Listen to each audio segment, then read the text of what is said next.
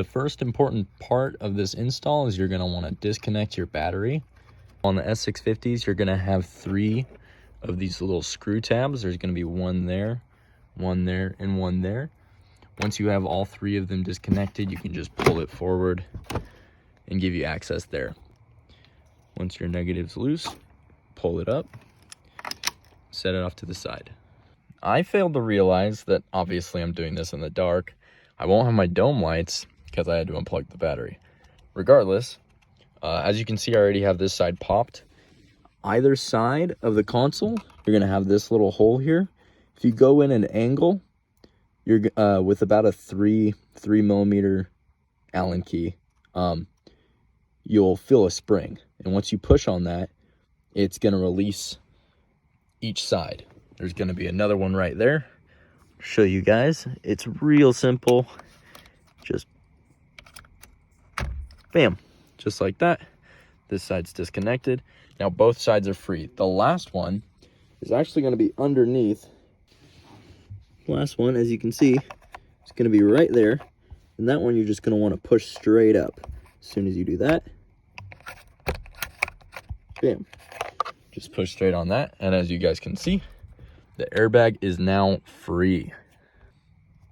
So with the first piece of the harness, if you look down below, right where the tip of my finger is, there's actually a little piece that you have to push on. You push up on that, then you can pull that right out. I'm just going to use my star tool. Trying to do this with one hand is kind of a challenge, but it's not impossible. And as you can see, that clip is out. So, as you can see, I've got a flathead underneath the clip. And if you just give it a slight turn, that pops up.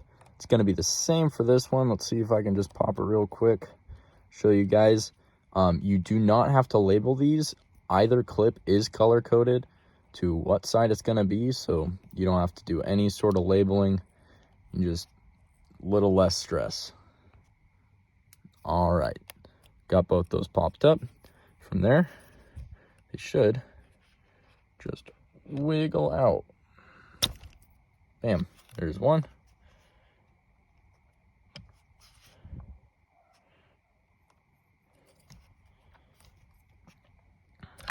And 2. See, it dropped in my lap. So now we're left with this. So starting with this, if you have a heated steering wheel, this clip is going to have to come out first. So you just put a flathead in there, turn it. If I can do this with one hand, it should pop out. So lastly, you're going to want to disconnect this one here. Same deal. Stick a flathead right there in the top. Once you twist it, this clip will pull right out. Let's see if I can do that real quick with one hand, and boom, easy peasy. So lastly, all you got to do is just get a star bit right there. It should only be torqued to about 50 foot-pounds, about 40 to 50. And then we're going to put that right back with Loctite after we get all these buttons switched out. This is going to use a T50 star bit. We're just going to get in there. So I did break it while I wasn't recording because 50 foot-pounds with one hand was a little bit annoying. I'm holding the steering wheel with my legs, just making sure that I keep that clock spring as well as the steering wheel straight. So that way it's still straight when I go to put the new one on and I don't have to guess. So there we are, and we're just gonna set this right there and then easily pull the steering wheel off just like that. Oh, and as you can see, that clock spring, we're gonna bring that right back to center, and we're actually gonna tape it after we pull all these wires through.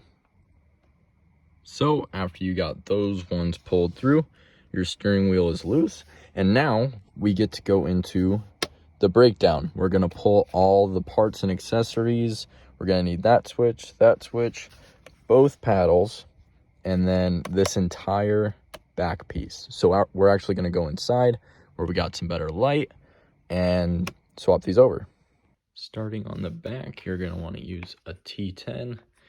and just take off all 6. So you got 1, 2, 3, 4, 5, 6 T10 bolts. So as you can see, we have the 6 bolts out from the back. If your car is automatic, you're gonna have to flip it over, and there's 4 bolts holding in the 2 paddle shifters. 1 top, 1 bottom.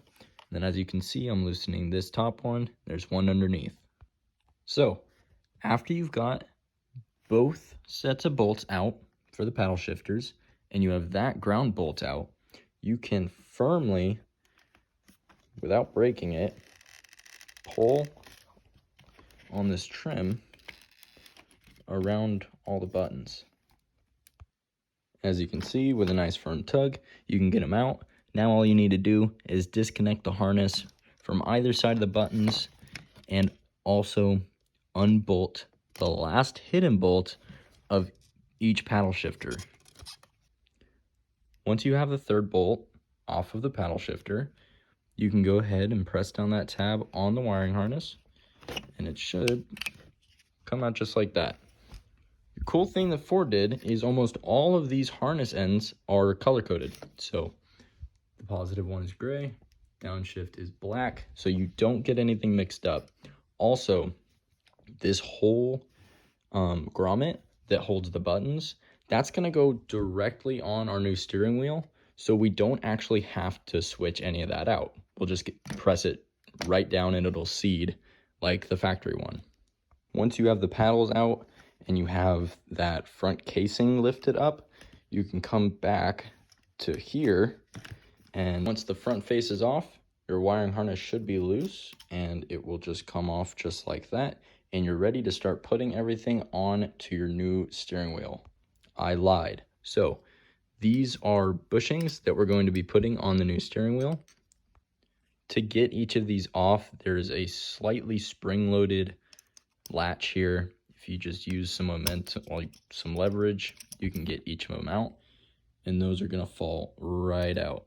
It's as simple as that. Shouldn't be much work once you get started on it. Let's see if I can get this one. One hand, there we go. There's one more there. So there it is. There's our naked stock steering wheel, and there's our replacement carbon fiber one. We're gonna do this all the steps in reverse, starting with these little spring-loaded caps, and then installing the wiring harness, putting the front grommet back on, rear with the paddles, and then we should be ready to reinstall it in the Mustang. Okay, so slight learning curve.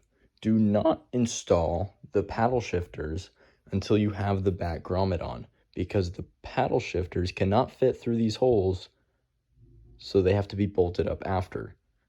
Don't ask me how I know that. We're about 10 minutes later, so.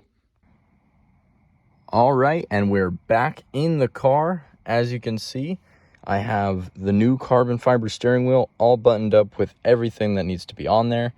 We've got the dial. It should be set to the same exact position as when you installed it. These are very sensitive, so you definitely don't want anything to go wrong while messing with them. This is used with your steering assist, lane keep assist, stuff like that.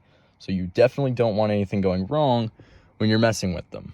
I noticed that from the factory, the steering wheel bolt did not have Loctite.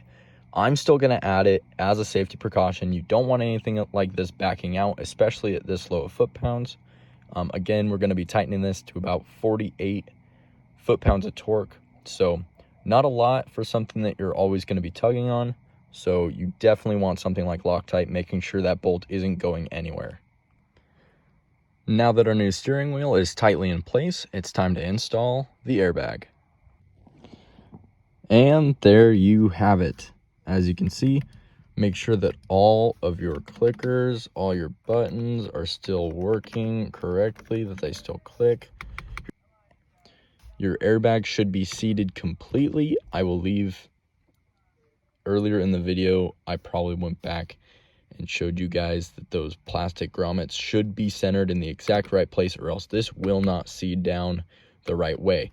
It won't pop into place and you won't be able to do anything, and you'll actually have to go all the way back to bare steering wheel to fix it. Last part should be hooking back up your negative and praying to the gods that your airbag doesn't go off. Seems to have worked.